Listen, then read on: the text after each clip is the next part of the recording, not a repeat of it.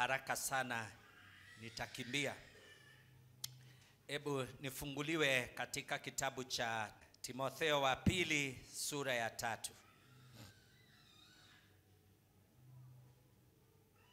Timotheo wa pili sura ya 3 kuanzia mstari wa 1.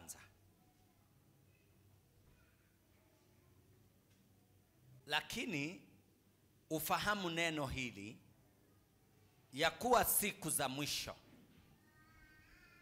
kutakuweko nyakati za hatari. Maana watu watakuwa wenye kujipenda wenyewe, wenye kupenda fedha, wenye kujisifu, wenye kiburi, wenye kutukana, wasiotii wazazi wao, wasio na shukurani, wasio safi, wasio wapenda wakwao, wasiotaka kufanya suluhu, wasingiziaji, wasiojizuia, wakali, wasiopenda mema, wasaliti, wakaidi, wenye kujivuna, wapendao anasa kuliko kumpenda Mungu, walio na utaua kwa nje, lakini wakikana nguvu zake, hao nao ujiepushe nao. Jina lake Bwana lipewe sifa. Haleluya. Hebu tuwe pamoja kwa sasa, tulete mawazo pamoja, sababu I'll be here just for a short time. Kifungu ambacho tumesoma kichwa chake Godlessness in the last days. Kwa Kiswahili kutokuwa na uungu, ama hatari za nyakati za mwisho. Na sababu tumekuwa na wiki ambayo inayoongea mambo ya familia, like on Sunday the message was a generous family. Na hii molding our families towards godliness. Molding our family towards godliness. Kuweza kutengeneza jamii zetu ambapo ni watoto wetu kwa njia iliyo ya uungu.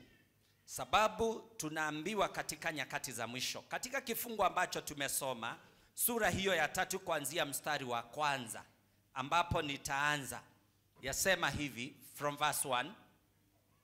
Lakini ufahamu neno hili, ya kuwa siku za mwisho kutakuweko nyakati za hatari.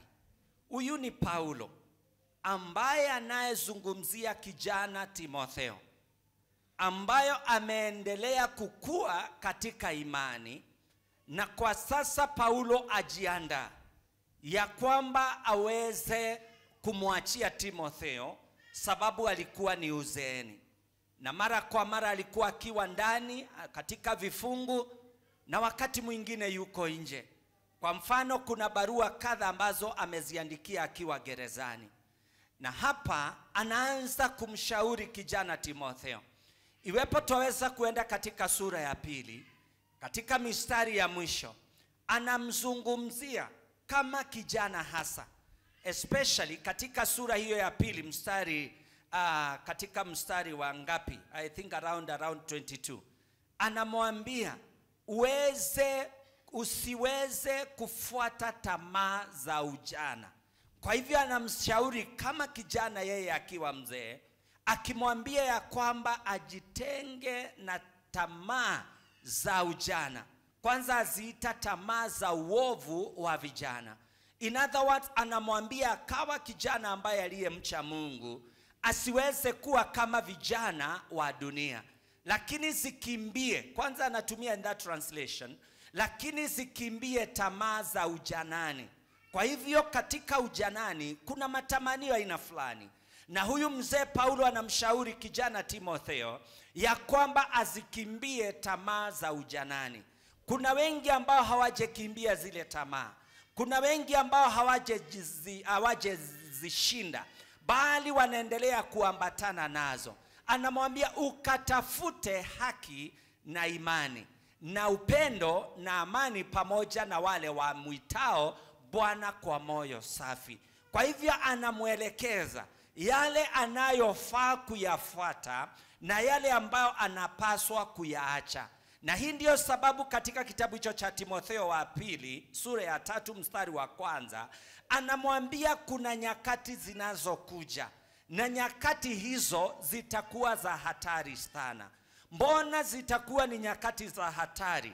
Kwa ajili waamini watajikuta ya kwamba wanaingia katika mambo yaliyo maovu in a very enticing way, au kwa njia ambayo ni ya mvuto sana. Na hii ni kweli kwa ajili kuna wengi waliookoka, na utakuta wakati mwingine wanajiingisha au wanajikuta ya kwamba wameingia katika mambo yasiyostahili. Na tukienda kitabu cha Mathayo sura ya 24 aongea juu ya hatari ambayo itakayokuwa katika nyakati za mwisho, ya kwamba wengi imani yao itakuwa baridi na wataacha imani ya kweli. In other words, hawataendelea kuzingatia mafundisho ya Kristo, hawataendelea kumcha Kristo, bali watakuwa baridi katika hali ya kiimani, na wanatahadharishwa. Na wana maneno, maandiko inasema hivi, kwa ajili shetani ajua ya kwamba wakati umeenda sana, na ataka akawapotosha ikiwezekana hata wale walio waamini, if it were possible even the elect. Kwa hivyo wakute ya kwamba wale walio waamini wako hatarini sana, na sababu pia tuko katika nyakati za mwisho. Na iwepo wagojea nyakati zingine, hizi ni nyakati za mwisho, na ishara yadhihirisha ya kwamba kweli tumo katika nyakati za mwisho, ambao Kristo alizungumzia katika vitabu vya Injili, kitabu cha Mathayo. Na hapa Paulo pia anamkumbusha kijana Timotheo ya kwamba akaye akijua nyakati za mwisho zitakuwa namna gani, na ili aweze kujiepusha na tabia za nyakati hizo, ambapo tabia hizo ni ishara tosha ya kutuonyesha kwamba truly we are in the last days. Praise be the name of the Lord. Kwa hivyo, as much as we are doing what we are doing today, as much as we are doing the building of the churches, as much as we are buying even the lands, but we should not forget that we are in the very last days. Hallelujah. As we are marrying, hata tunapooa, wanapooa wale ambao hawajaoa, wanapoolewa wasioolewa, na biashara na wengine waajiriwa kazi na mambo kama hayo yanapoendelea, ni vizuri kila wakati kujikumbusha ya kwamba tumo nyakati za mwisho. Na tunapotaja ya kwamba tumo nyakati za mwisho, tuwe tunakumbuka sisi waamini ya kwamba Bwana wetu Yesu Kristo yu karibu kurudi, aje kuwachukua wale waaminio. Na kwa hivyo unapokumbuka ya kwamba Bwana wako atarudi, unajiepusha sana na maovu. Praise be the name of the Lord. It helps you to keep off from anything that can defile you. Na anaanza asema hivi, Kiingereza, mark this, there will be terrible times in the last days. Why? People will be lovers of themselves. Watu watakuwa wakujipenda. Na hii jambo tunaliona siku ya leo. Tunaliona ya kwamba watu wajipenda sana. Hallelujah. Na hii iko. Najua iko watu wanasema maneno haya, raha jipe mwenyewe, unaishi once.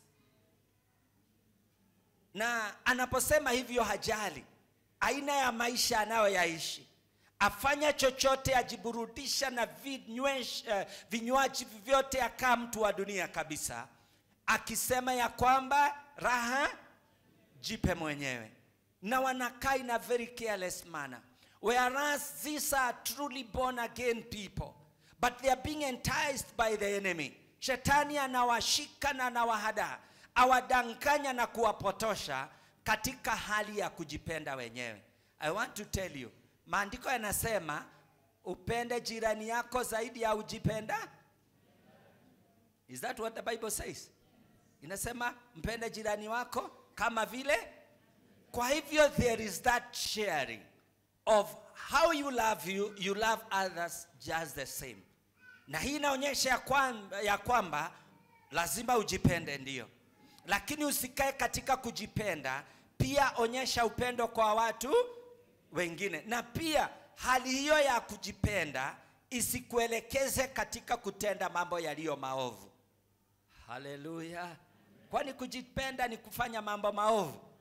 Iko mwingine alisema maneno haya ya kwamba mimi maishani hakuna kitu siwezi fanya, bora inipe raha. And this is truly a born again. I met another pastor also, akaniambia, pastor, don't be over righteous. Even the Bible says so. Na kweli maandiko inasema hivyo. But those scriptures do not give us a license to do evil things as children of God. Praise be the name of the Lord. Sababu wengi uchukua ya kwamba is a license, ya kwamba waweza kufanya chochote.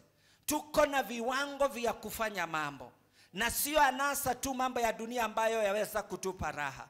Kuna mambo mengi ambayo yaweza kutupa raha. Hallelujah. Ambayo yaliyo within the boundaries ambazo Mungu ametuonyesha. Lovers of themselves. Asema ya kwamba people will be lovers of money. Mambo ya kupenda fedha. Fedha sio mbaya, mbali huo kupenda fedha sana kuliko Mungu, kupenda fedha sana ukajichukia, hii ni dhambi. Sababu wengine wapenda fedha sana hata kujiliko. All what they want to see is that they have money. I want to tell you, the Bible says in the book of 1 Timothy chapter 6 that money is the root of all sin. Husema ya kwamba chanzo. Haisemi pesa ni mbaya, lakini fedha ni chanzo cha. Sababu katika dhambi ndipo palipo majibizano. Katika fedha ndipo palipo mambo ya mngengano na mafikira mabaya na kadhalika, matamanio na mengineo. Jina lake Bwana lipewe sifa. Katika fedha. Ni kweli katika kitabu cha Mhubiri, in the book of Ecclesiastes chapter 10, a certain verse inasema namna hii, money answers all things. Hallelujah. Ni Ecclesiastes somewhere, I think around chapter 10 if I'm not wrong. Chapter 10. Karamu hufanywa kwa ajili ya kicheko, na divai hufurahisha maisha. Divai haisemi pombe. Okay? Na fedha huleta jawabu la mambo. Fedha huleta jawabu. Lakini if you look at it critically, is buying things that we can see and what have you. Sababu vitu hawezi ukawa navyo bila fedha. Lakini fedha haikupatii jawabu na haisuluhishi matatizo ambayo mwanadamu alio nayo katika moyo wako. Even if you have everything. That's why Jesus said, hata ukimiliki dunia yote na ukose uzima ni bure. Jina lake Bwana lipewe sifa. Kwa hivyo Yesu ndiye jawabu la mambo yote. Fedha ndio zitakusaidia kununua chochote ukitakacho. Fedha zitakusaidia kuenenda mahali popote utakapo. Lakini hazitasuluhisha mambo fulani yaliyo katika kilindini mwa moyo wako. Even if you have everything, you still have a vacuum in your heart. You still be in need of someone. And this someone is Jesus Christ. Jina lake Bwana lipewe sifa. Na hii ndio sababu Mungu ametuletea hali ya kutoa. Na ili tusionyeshe ya kwamba fedha tuwaziabudu, mbali tuachukua fedha zikawa ndio tunazozitumia kujitumikia na kufanya makusudi ya Mungu. So money becomes our servant. But money should not be our master. Can you turn to your neighbor, mwambie, make money to be your servant. Don't make money to be your master. Na neno hili, if you make money to be your master, he becomes a ruthless master. Anakuwa kiongozi wako mbaya sana. And that's why wakati mwingine unajikuta ya kwamba fedha hauna au zimepotea, unakuta kichwa imeharibika kiasi. Na sana ikipotelea kwa nyumba. Kuna watu pesa ukikosa na labda ni wewe umemisplace. Kama ni mzee, mama hawezi kaa na amani. Watoto hawezi kaa na amani. iko wapi? Tokeni mumeibawa isi nyinyi ni mambo na labda wewe ndio misplace, uliacha kwa long fulani au uliacha kazini. Inaonyesha the attachment that you have with money, or how money has taken reign in your life. Praise be the name of the Lord. We should not allow that. Tunaporudi kitabu hicho cha Timotheo wa kwanza sura ya 6 mstari wa 10, yatuambia nini? Yatuambia kwamba tukipata chakula, tupate mavazi, tutatosheleka na hayo. Timotheo wa kwanza sura ya 6 mstari wa 10. Maana shina moja la mabaya ya kila namna ni kupenda fedha, ambayo wengine hali wakitamani hiyo wamefarakana, tunaona mafarakano na imani. In other words, wameachana na imani. They separate with the faith. Come on, I want you to hear. If you want to, ukitaka kuachana na imani katika Kristo, uzingatie fedha sana. Na ndiposa aseme ya kwamba ambayo wengine hali wakitamani hiyo wamefarakana na imani. They have crushed. They have separated themselves with the faith. Praise be the name of the Lord. Ansema na kujichoma kwa maumivu mengi. In other words, money, if you lean on money, it will cause more problem than any good. Hallelujah. Na ndiposa utakaposoma hapo anasema tukipata chakula, tupate mavazi, tupate hata makao, tushukuru Mungu. Akitupa ya ziada ni yeye. Hallelujah. Maandiko pia inasema watu watakuwa wa kujivuna, watu watakuwa wenye kiburi, na hata pia being abusive. Watu watabadilika, wakajawa na kiburi na majivuno. Haya yote yatadhihirika katika nyakati za mwisho, ambapo hata siku ya leo inadhihirika. You look at people, you see how they are behaving. It is not in the normal way. Hallelujah. Anamwambia kwamba wengine watakuwa hawawatii wazazi wao, na sio wazazi tu, mbali hakutakuwa watu walio na utiifu. People become so disobedient, and it starts even from our own homes. Ndiposa unafaa unajiuliza, are your children obedient to you? Na kila mzazi atasema no. Wengine watasema kwa kiwango fulani, wengine watasema kabisa hawanisikilizi. Ni ishara tu ya jinsi nyakati za mwisho zitakavyokuwa.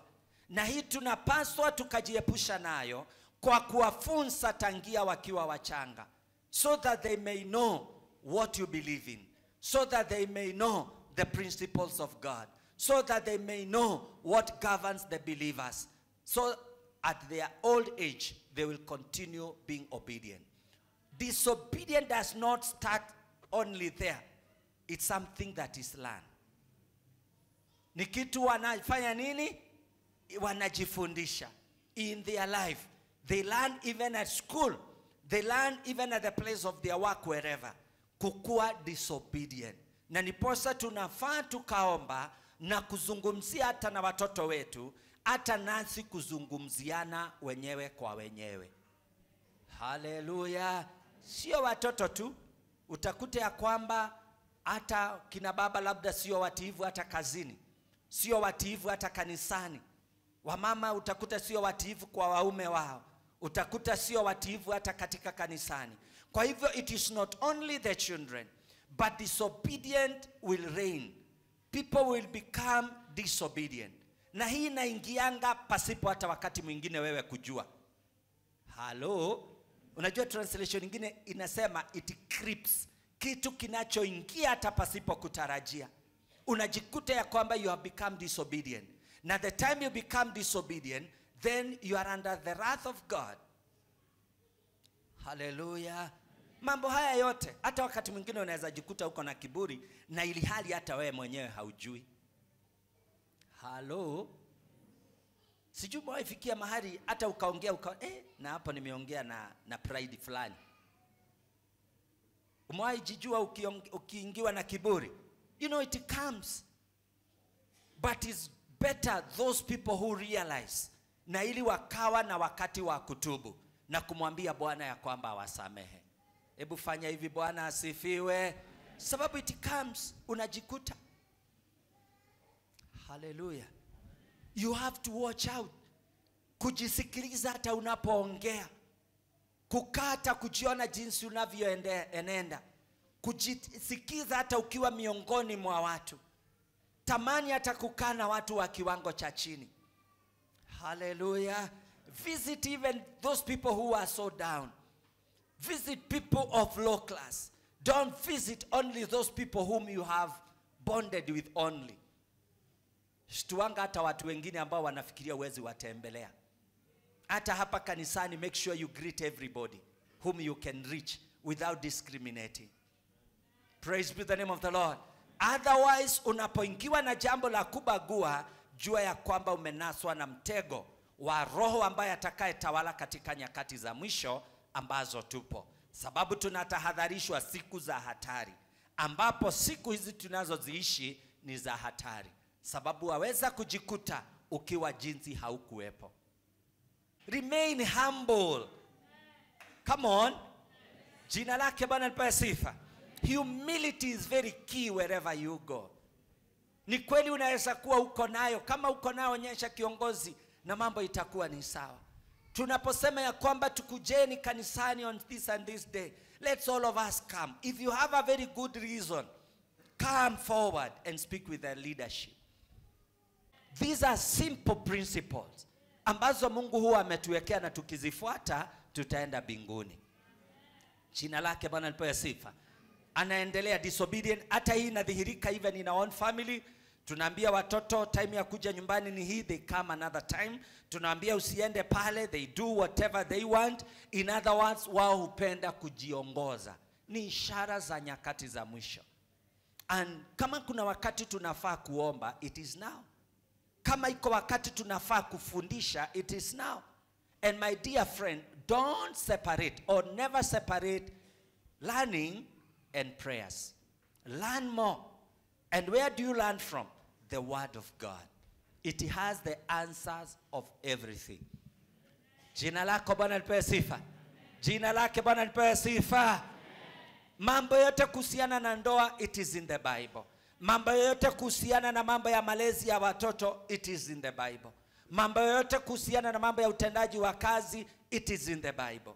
Kwa hivyo, once you read the Bible and you make it to be your manual, hallelujah, if you make it to be your reference, if you make the Word of God to be your guide, then you're going to do according to what the Word of God says.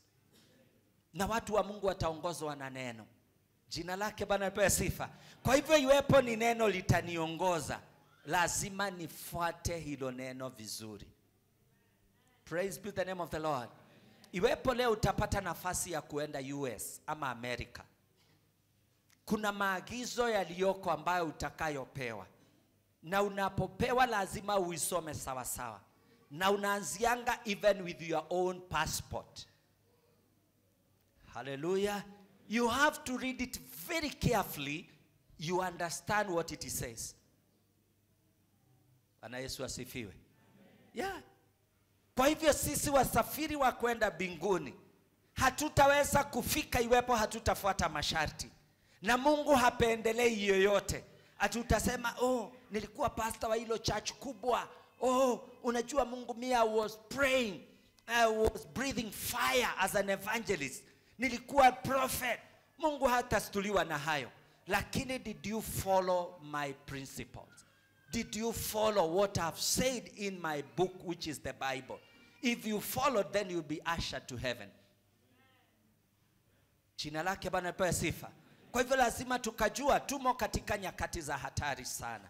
Na tunapokuwa watiifu, we're going to be blessed. Maandiko inasema there will be people who will be ungrateful. Watu wasio na shukurani. Na hii huonekana even at home. Bwana asifiwe. Wenye wamelala Bwana asifiwe. Oh, kwa hivyo iko. Umesikia? Bwana asifiwe wenye mumelala. Hallelujah. People will be ungrateful. Let me tell you, church, it's good to practice. Ama ni vizuri kuwa mzoevu wa kushukuru hata mambo madogo umetendewa. Mtu amekuonyesha njia, mwambie asante. Hallelujah. Hata shemanzi amekuonyesha mahali pa kukaa, asante, mwambie asante. Jina lake Bwana lipewe sifa. Asante ikawa ni uzoevu wa mdomo wako. Na ukiwa mzoevu wa kushukuru, hata watoto wako watakuwa wazoevu wa kushukuru. Ili tusiwe watu ambao ni wa hizo nyakati za mwisho. We should teach our children to say thank you at all time. Even our wives, whenever your husband has given you something, never forget to say thank you. Ebu practice, ambia jirani, thank you. Thank you for being my neighbor. Thank you for not sleeping. Jina lake Bwana lipewe sifa. Thank you at all time. Na kusema asante ni inafanyanga unyenyekevu kakuingia. Inakufanyanga ukawa unashukuru kwa mambo yote. Na yule mtu ushukuru huzidi kupokea. And that's why every day we should be thankful to God. He has given us life. We should be thankful to God that He has allowed me to be here today. Lazima ukamshukuru ya kwamba unatembea. Unashukuru kwa yote ambayo amekutendea. Sababu usipokuwa mzoevu wa kushukuru, utachukua mambo yote kama lazima. Let me tell you, to live is not a must. Being healthy is not because of you have done any effort. It is the grace of God. Let me tell you, children of God, every day watu wanazikwa. Every day watu wanafanya nini? Na sio wazee, old and even the young people. Kwa hivyo wewe kuwa hai na unapumua na unajisikia uko sawa, every time tell God thank you. Hebu zote tuambie Mungu asante. Ya kwamba you are alive. Jina lake Bwana lipewe sifa. Tuko hai. Mungu ametuweka. Hata kwa miaka Mungu ametuweka tukiwa zote pamoja. And I want to tell you, it is not by your effort. Wewe kaa mzuri, fanya kazi ya Mungu. Shirikiana na wanaotumikia Mungu. Jina lake Bwana lipewe sifa. If you want to learn how to thank God and to be a thanksgiver, start even with the members of your family. Start even in the church. Na tufundishe hata watoto wetu. Jina lake Bwana lipewe sifa. Never revenge on anything. Watu watakufanyia mabaya, lakini wewe mafanyio mazuri tu. Watu watakosa hata shukurani, lakini wewe kuwa mtu wa kushukuru. Hata mtu akikupatia nafasi, hata mkikaa tu na mtu hivi every Sunday, mwambie asante, sababu hata wengine naonanga every time wako pamoja at all time. Hallelujah. Ambianga jirani asante, unakaanga na mimi. Simple things. Teach your children to do the same. Sababu kisasi kingine baada ya sisi, mimi sijui itakuwa kisasi aina gani. Iwepo hatutaweza kuwaweka maadili mema. Praise be to the name of the Lord. And the time is now. The time is now. People will be unholy. Watu watakuwa hawana mambo ya utakatifu. Mtu atafanya chochote anachokitaka. Na ndiposa maandiko husema hivi katika kitabu cha Joshua, the very last chapter. Na hata pia kitabu cha Judges, I think around chapter 2 verse 10. Asema after the death of Joshua the servant of God, and the generation and his generation, after they rested, there came another generation that did not know God. And each one of them did as he wished. Kisasi hicho kila mtu alifanya vile alivyotaka. Mtu alifanya chochote anachotaka. Mambo mengi maovu, mambo mengi hata ya aibu. Na nyakati hizo hata siku ya leo tuwaziona. Tuona mambo ya maovu, mambo ya aibu ambayo yanayotendeka. I want to tell you, if you'll go to heaven, go even with your children. Hapo nitarudia. Ukienda mbinguni, enda pia pamoja na watoto wako. Teach them the things of God. Jina lake Bwana lipewe sifa. Unholy people will do whatever they want. Nyakati hizo za mwisho, people will be unholy. Ndiposa hata issue nakuta mambo mengine, hata machafu, immorality, everywhere it is there, pasipo kuficha. Hallelujah. Kuonyana na tusiwahi choka. And we have to do it right even in our own homes. Jina lake Bwana lipewe sifa. People will be without love. Hawatakuwa na upendo. Na unakuta ya kwamba inaanzia even at home, whereby people, they don't love each other. There's no longer affection. Ama ile hali ya mapenzi na upendo haumo tena. Either baina ya watoto, baina ya wazazi, haya yote tumeaona. And that's why unasikia mambo mengi. There is no longer those feelings of one another. Praise be the name of the Lord. Hallelujah. Tuko pamoja. Can you turn to your neighbor, mwambie, do you love me? Na aseme ile ya ukweli. Na nimekuja kujua, ukichukia mtu, anything to do with that person you hate. Vile amevaa, vile anaongea, vile anakula, vile anatembea, yote unafanya nini? Unaichukia. You completely don't love that person. Lakini sisi tuliowaamini tusiwe wa desturi hiyo. Love everybody respectful ya vile alivyo.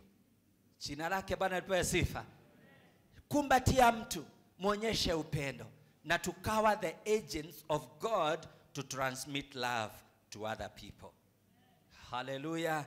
Hata Yesu alisema, mpendane nyinyi kwa nyinyi, na kwa upendo wenu mtajulikana nyinyi ni wafuasi wangu. Kwa hivyo lazima tukawa tofauti na watu wa dunia. Hallelujah. Love our children. Hata watoto wako, every day, never forget to tell them I love you. Hello. Praise the name of the Lord. I love you. Take care. Take care of yourself. Have a nice day. Jiepushe na hili na lile, kuwatahadharisha, sababu tumo katika nyakati za mwisho. Especially mabalehe. Let us bring them closer to ourselves. Mabalehe ni teenagers. Amen. Tuwalete karibu na sisi. Alafu katika neno hilo bado Timotheo anaambiwa na Paulo, people will be unforgiving. Watakuwa hawana kusamehe. In other words, unapomkosea, he can never forgive you. Na this attitude ya kutosamehe mtu, wambeba siku zote za maisha yako, is a bad sign. Ni ishara ya wale watu watakao kuwa wa nyakati za mwisho, ambao wagojewa na moto wa umilele. Sababu if you're still holding people, then is a bad sign. Sababu we should be forgivers. As God forgave us our sin, so should we forgive those who wrongs us. Hallelujah. Samehe mtu, muachilie. Hata amekutendea makosa kiasi gani, but be ready to let go. Moyo wako ukae ukiwa safi. Hasira hunajisi. Jina lake Bwana lipewe sifa. Ukitaka usikae mtu aliyenajisika, ukawa wa kufanya kuachilia moja ambaye aliyekukosea. Maandiko pia anasema slanderers, ama watu ambao, Kiswahili sijui inatumia, to slander is to spread lies about a person that are not true. Unaharibia mtu jina ukimchafua na mambo ya uongo pasipo ya kujua mambo yasiyo ya kweli. And slanderers are there. Turn to your neighbor, mwambie, usiwahi haribu jina la mtu. Wajua wewe, unajua wewe unaambiwa, lakini yule hujamsikia. Na umeamini huyo amekufanya nini?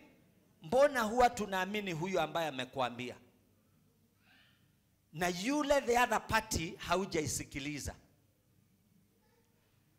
Bwana asifiwe. Tuko pamoja. Slander Tell your neighbor, never be a slander. Ni dhambi mbaya sana. Hata iko miongoni mwa zile maandiko inasema ya kwamba kuna dhambi 6, naam ni 7 ambazo Mungu anazozichukia. Ulimi unaosema uongo. Kwa hivyo kama kanisa, wana wa Mungu, never slander anyone. Hata mtu akikwambia mwambie situmuite nimsikilize. Atakwambia hapana, wewe ni my friend, nimekwambia tu usiambie mtu. Mwambie hapana, wewe si nimekusikiliza. I would like hata na yeye nifanye nini? Ndio nijue who is who. Nakwambia atakupigia mpaka magoti. Tafadhali. Sababu is lies. Never. Jina lake Bwana lipewe sifa. Usio ujumbe wenye ujajanga, haleluya sana. Praise the name of the Lord. I want to plead with you in this church, as a man of God, as a servant and your pastor. Never soil each other's name. We are brothers and sisters. Turn to your neighbor, mwambie, you are my sister, you are my brother. I will defend you. Unaweza kumdefend anywhere. Ukisikia akiongelewa somewhere, kemea hawa watu. In the name of the Lord. You are be a good soldier. Usisikilize.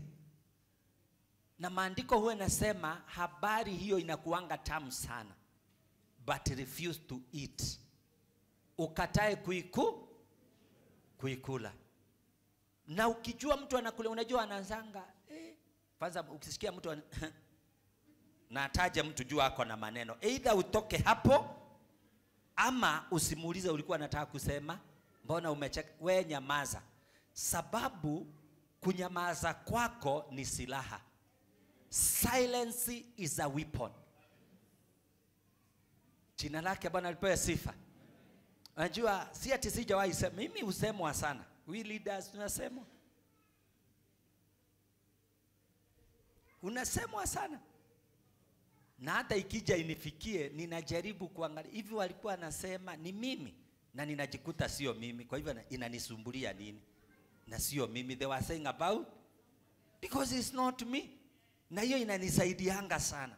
Sababu I know myself, I know who I am. Na kwa hivyo whatever they are saying, if it is a lie, it will never bother me. Hallelujah. Ambia jirani usisumbuli wangu na yale mambo inasemwa kukuhusu. Hebu imagine mtu anasema huyo ni umbwa. Unajua unajiangalia, do I have a tail? Niko na manyoya, unaona mbona inakusumbua? Siwe move on. You they were saying about somebody else but not me. Hallelujah. Unajua watu hata anakuanga mchafu, siwe unajijua umejipiga shawa. Hata uka na huyu uko sawa. Sema they were talking about somebody else but it's not me. Hapana, lia unamwaga machozi yako bure. People will always slander, but as children of God, let us never, tusiwahi chafua jina la mtu mwingine. Na ndiposa wa Galatia anasema, Paulo anawaambia, mtakulana si mtamalizana. Let us take care of each other. Praise be the name of the Lord. That is slander. Na slander is a sin na ni ishara. Jambo lingine, people will have no self control. Ile hali ya kiasi, people will be brutal. Brutal ni kuwa mtu violent.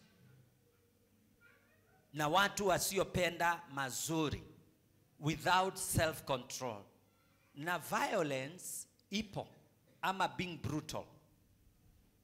Kuna mtu hata ukimkanyaga anaweza retaliate kwa kukugonga, hata kanisani. Are we together? Even at home, even amongst our children. Ukiona that kind of a retaliation, ya kwamba sababu anamgonga mwenzake, anza kutema mapema, sababu with the time it might worsen. Are we together? Na hii mambo unaposikia nikisema kuworsen, hizi ni mianya au milango ambayo yaweza kufunguka na ikaleta madhara makubwa kwa maisha ya huyo mtu. But the earlier we tame, the earlier we put in control or we put in check, good with you. Bwana Yesu asifiwe. Tuko pamoja? Ikiwa mapema. Kuna statistic iliyotolewa ya watu ambao wamefungwa magerezani, wanaulizwa wewe umetoka wapi, familia yako, unasikia anasema ya kwamba my father aliua, unasikia mwingine anasema alifungwa gerezani, unakuta kuna history kuhusiana na huyu mtu na mahali ambapo ametoka. Kwa hivyo jambo hili halikuwekwa in control very early. Praise be the name of the Lord. All these statistics are there. I have no time to read. Unakuta wengine sababu yuko in prostitution, ukifuata sio yeye mbali imetoka in their lineage, unakuta ni kitu ambacho kimetoka mbali sana, lakini it was not put in control. I'm here to tell you as children of God, let's control what we can now. Hallelujah. Let's put into control what we can now. Inaendelea inasema lovers of pressure rather than lovers of God. Watapenda anasa kuliko kumpenda Mungu. Let's love God more than our pleasure. Bwana asifiwe sana. Na niposa huwa anashanga mtu anasema sitaenda church, ninaenda either kutembea town, kutembea Kawangware sijui wapi on a Sunday. Hiyo already inaonyesha you have loved leisure more than love of. Mwingine anasema mimi nitakaa nyumbani, leo nimejisikia tu nikae tu kwa nyumba. Hata mwingine nilikuwa nafuata tu ibada, nilikuwa na watch mhubiri fulani kwa nyumba. Mwili tu inaweza kukuambia anything. Let me tell you, don't listen your flesh. Amen. Tuko pamoja? Na haya ndio Paulo anayomwambia Timotheo watu watakuwa. Na ya mwisho inanishangaza sana. Inasema having a form of godliness but denying its power. Kiswahili ina quote hivi. Hebu enda ni verse gani? The very verse ambayo tumesoma ya mwisho. Yeah, the very last. Endelea tu iko very last verse. Verse 5, yeah. Walio na uteua kwa nje. Wewe uko na uteua, lakini hii Kiswahili inasema uteua. Kiingereza inasema having a form of godliness. Wanaonekana ni watu walio na uungu. Si kila mtu anasema Bwana asifiwe. Every Sunday mtu anaitisha maombi, mtu anaonekana huyu ni mtu wa Mungu. Let me tell you, not all people have a form of godliness, they are godly. Umenisikia? Sio watu wote wanaonekana kana kwamba wako na uungu ni wa Mungu. Not all of them. Not all of them. It's only they have the form. Wako na wanaonekana ni watu wa Mungu, but they are not. Hata wanaweza ongea, wakija they will going to pray with them. We're going to worship with them. Ni hawa watu ambao maandiko inayosema, but they deny the power of God. Alafu Paulo anamwambia Timotheo, jiepushe na hawa watu. Ambia jirani, jiepushe na hawa watu. Hallelujah. Have a spirit of discernment. Discern those people who are not of God. Sababu kuna watu ambao they have already fallen away. Hallelujah. Tuna watu ambao wamemkana Yesu na hawamtaki kabisa. Na ili hali bado wewe wawafuata. Be very careful. These are the last days. Watu hawana atina hapa wameandikwa ni wazuri au ni wabaya. You never know. What kind of groups do you belong?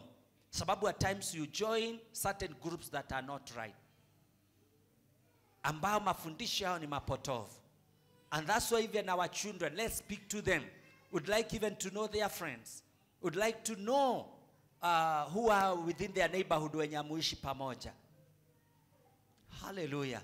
Sababu wanaweza kuwa recruited anywhere even without you knowing. Wanasifiwa sana. Tuko pamoja?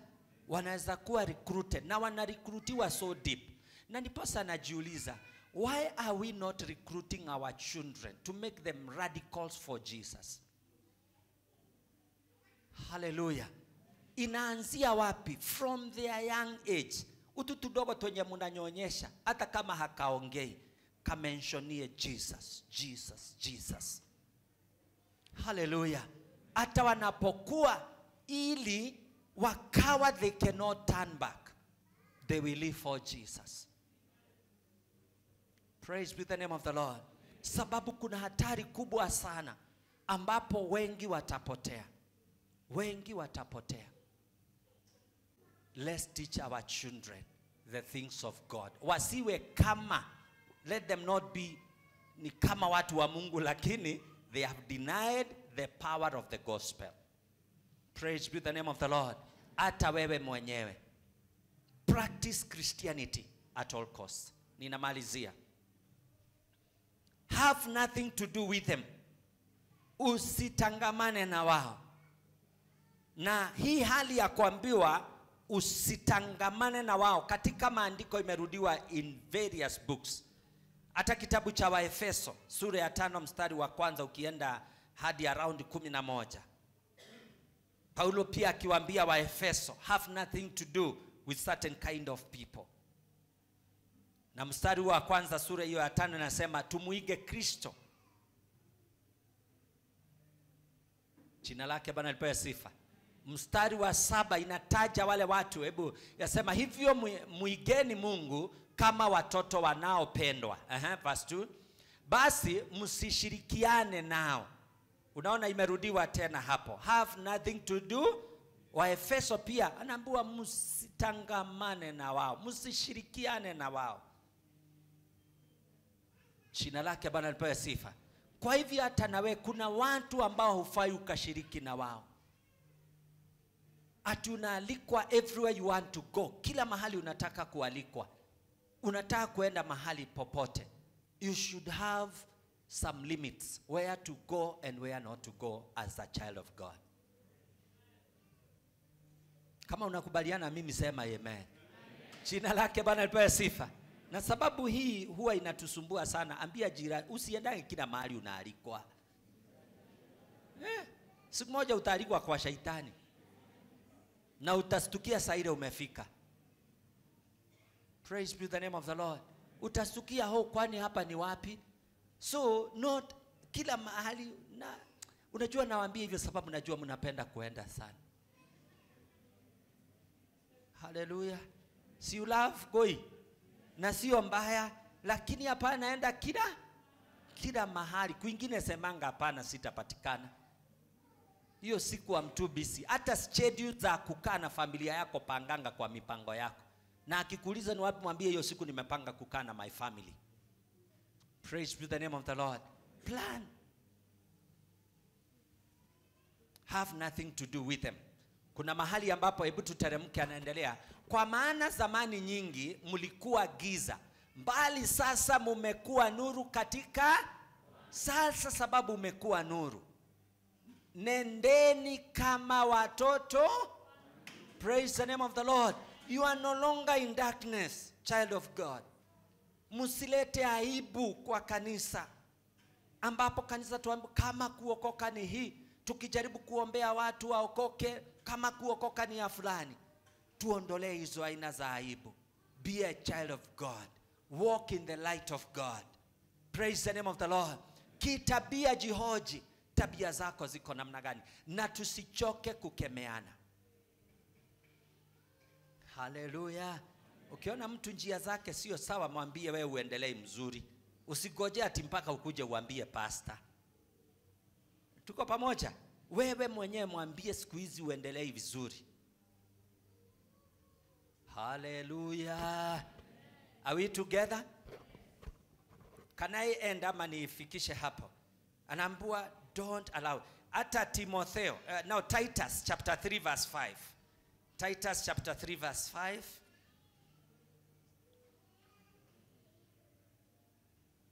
Tito 3:5 yasema, si kwa sababu ya matendo ya haki tuliyotenda sisi, mbali kwa rehema yake, kwa kuoshwa, kwa kuzaliwa kwa mara ya pili na kufanywa upya wa roho. I think could it be there?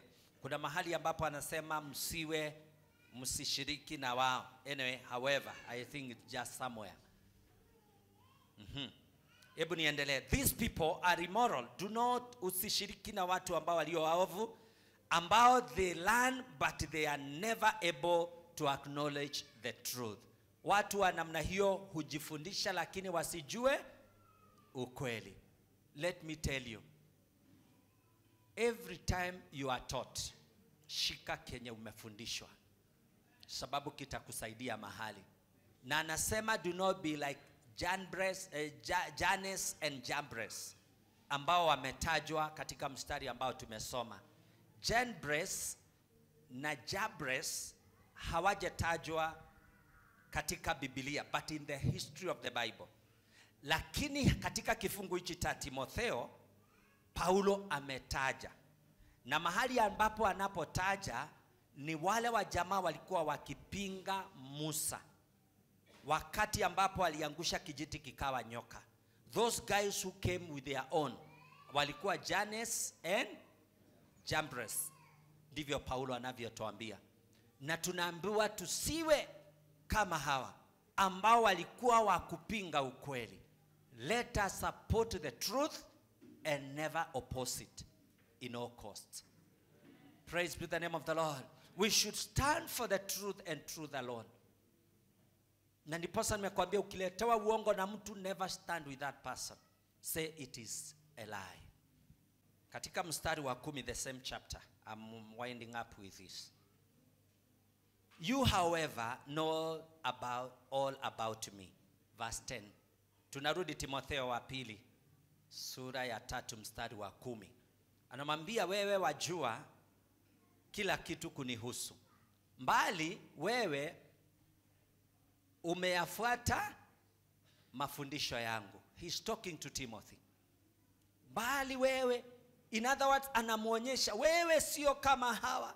Mbali wewe umeyafuata mafundisho yangu na mwenendo wangu. Translation nyingine inamwambia afuate. In other words, he is asking him to follow his example, to do all what he has ever seen him doing, sababu he is mentoring him.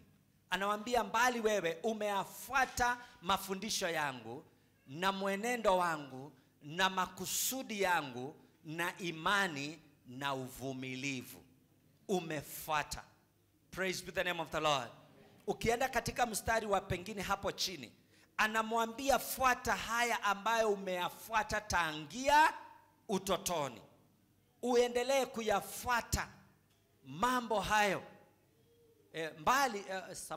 Mbali wewe ukae katika mambo yale uliyofundishwa na kuyahakikishwa, kwa maana unajua ni akina nani ambao ulijifunza kwao. Hebu enda mstari next. Na ya kuwa tangu utotoni umeyajua maandiko haya. Hapo ndipo ninasema let's teach our children tangia utoto. Tuko pamoja? Sababu certain things that you learn from your childhood, you go with them until your old age. For example, in the book of Proverbs 22 verse 6 inasema umlee mtoto kwa njia, yani train a child in the way that he should go, so that when he grow up he will never depart from it. Praise the name of the Lord. Sasa hapa Paulo anamwambia Timotheo, mambo hayo uliyofundishwa tangia utotoni. Na ukumbuke utotoni mwake kulikuwa na misingi. Sababu Paulo anamwambia ya kwamba imani yako ni nzuri kama ya mama yako na kama shosho yako Eunice. Kwa hivyo anataja. Now you can see the generation. So Timothy was the third generation. There is the mother who is being mentioned by Paul. There is the mother to Timothy who is mentioned by Paul. And there is Timothy himself. 3 generations. I want to tell you, in this church we are 3 generations. Praise the name of the Lord. Let's take care of even the 3rd generation. We take care even the 4th generation. Mungu akituweka. Jina lake Bwana lipewe sifa. The time you become so much concerned with every generation, and you yourself, you take care of yourself, God is glorified. Anasema umeyajua maandiko matakatifu ambayo matakatifu ambayo yaweza kukuhekimisha hata upate wokovu kwa imani iliyo katika Kristo. What we are looking for is salvation. Hallelujah. Na nini ambayo itakayotusaidia tupate huo wokovu? Mafundisho. Na niposa ana conclude na verse 16. Inasema kila andiko. Hebu nisikilize vizuri. Kila linafaa. You know, actually this one you should say it offhand. Inasema the word of God is God's breath. Kila andiko lenye pumzi ya Mungu lafaa.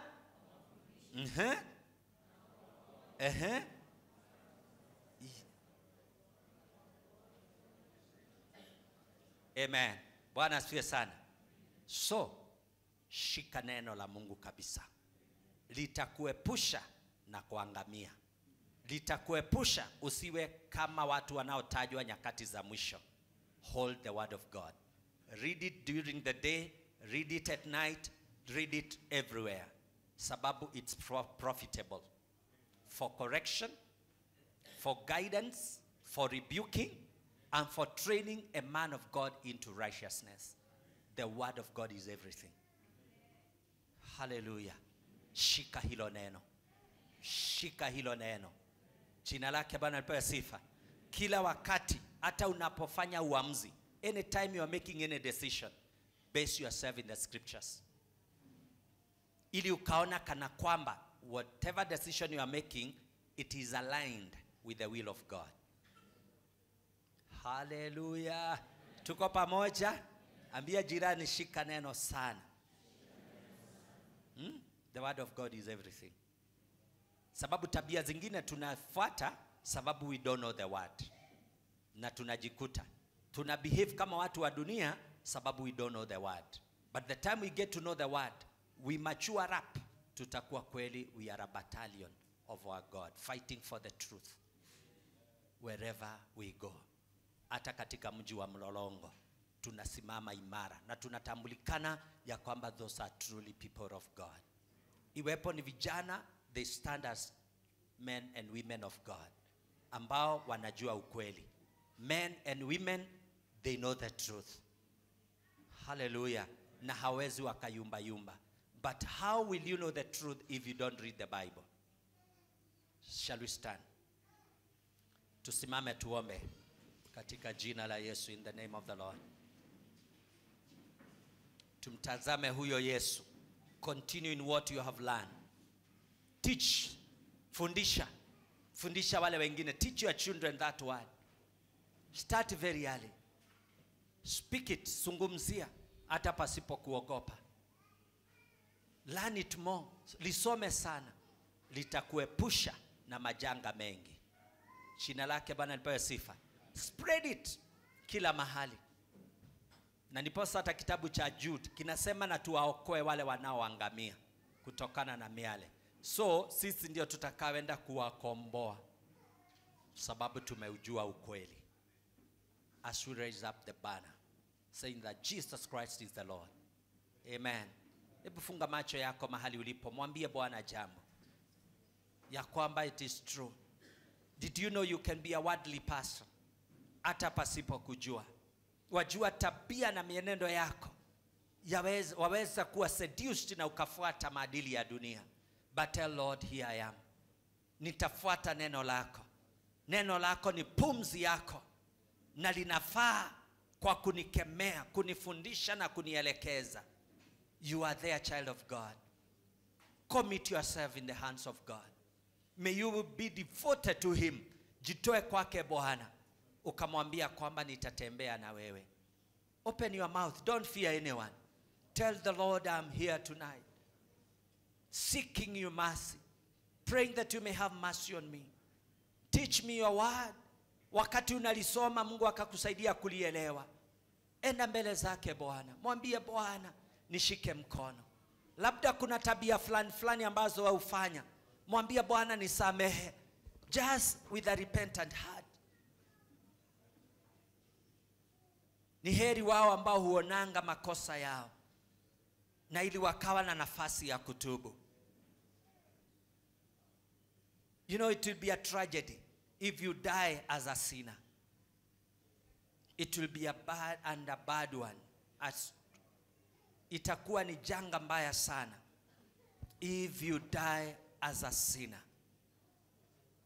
Na wewe ili hali ni muamini, tulikujua wewe ni mwokovu.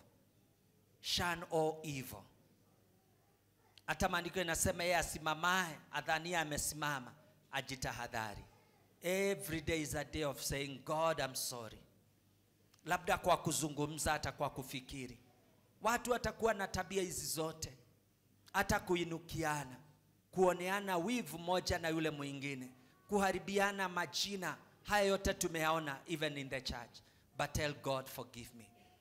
God is faithful and just. Yeye ni mwaminifu na mwenye haki, kukusamehe na kukuondolea kila udhalimu. Hebu tuombe pamoja katika jina la Yesu. Baba wetu, katika jina kuu la Yesu Kristo, tunakushukuru kwa uaminifu wako. Asante Bwana kwa kutufundisha haya yote ambayo tumeyasikia. Ni kweli mara nyingi tumeweza kutoka kwa njia zako, na niposa umetuletea neno hili ya kwamba nyakati za mwisho zitakuwa ni za hatari sana.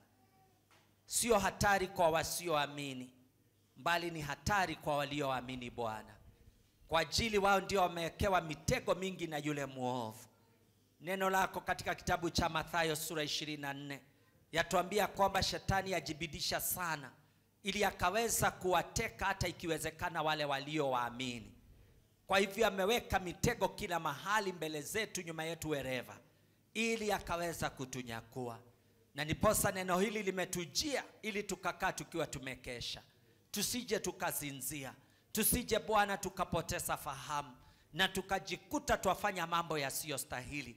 Kwa ajili mambo haya yote ni ya dunia, ambapo hata Waefeso waambia kwamba kwa ajili walikuweko katika giza siku moja, na kwa sasa kwa ajili wameingia katika nuru, wakatembea kama wana wa nuru. Ndilo shauku la mioyo yetu siku ya leo, ya kwamba Bwana tukatembea kama wana wa nuru. Yesu Kristo akasema, mimi ndimi nuru ya dunia, na yeye huangaza kila mahali Bwana. Hata neno lako lasema ya kwamba tukakuiga. Ndilo shauku letu jioni siku ya leo. Tusaidie kila moja wetu. Tunatubu kila dhambi na kila kosa. Ni kweli vijana wamekutenda dhambi, wamama na hata na wazee wamekutenda dhambi, lakini siku ya leo we are repenting of every sin. You could be here na unasema ya kwamba pastor, uniombe kabla hatujetoka hapa. Labda wasema ya kwamba ningetaka kuokoka. Unaweza nyosha mkono wako mahali ulipo. I want to pray with you. You are not born again and you'd like to receive Jesus Christ as your personal Savior. Raise up your hand where you are. Is there anyone? You could be a backslider na unasema nataka nimrudie Yesu. Inua mkono mahali ulipo. Is there anyone? Tumalizie kwa maombi. Baba wetu, tunakushukuru. Wewe ni mwaminifu siku zote, na wewe ndiye ujuae hata katika mioyoni mwetu na vyote vilivyo katika sirini, na hakuna chochote ambacho huwa katika sirini mbele zako. Wajua mawazo yetu, wajua hata vilivyo katika mioyoni mwetu, wajua hata na uzito wa mioyo yetu Bwana. Kila jambo wewe walijua waziwazi. Twatubu lolote ambalo tumelifanya kinyume na mapenzi yako, ili utuoshe na damu ya Yesu Kristo tukastahili mbele zako.